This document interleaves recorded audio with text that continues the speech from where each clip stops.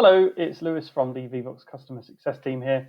This is just a short video to show you how to integrate your Vevox session and your Webex session together. So what we need to do first is click on the three-dot icon, click on Invite Participants, because we need this app link, the URL app link for our session. We just need to Control-C or right-click and copy that link. Now what we want to do is go into our Webex session.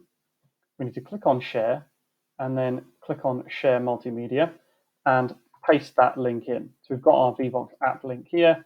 We just press OK.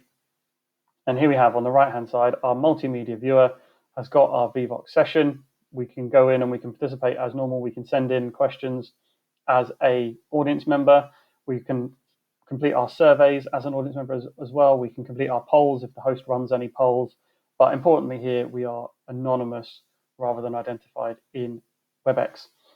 Just a little tip, your participants may see the participant panel and they may see the Q&A or chat panel here. Just remind them that they can just close that down by pressing the X on the participant and sort of chat sections so that the Vevox then appears largest on that right-hand side.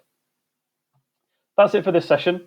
If you have any more questions, do get in touch with us at support@vevox.com, and I look forward to speaking to you guys soon. Cheers, bye.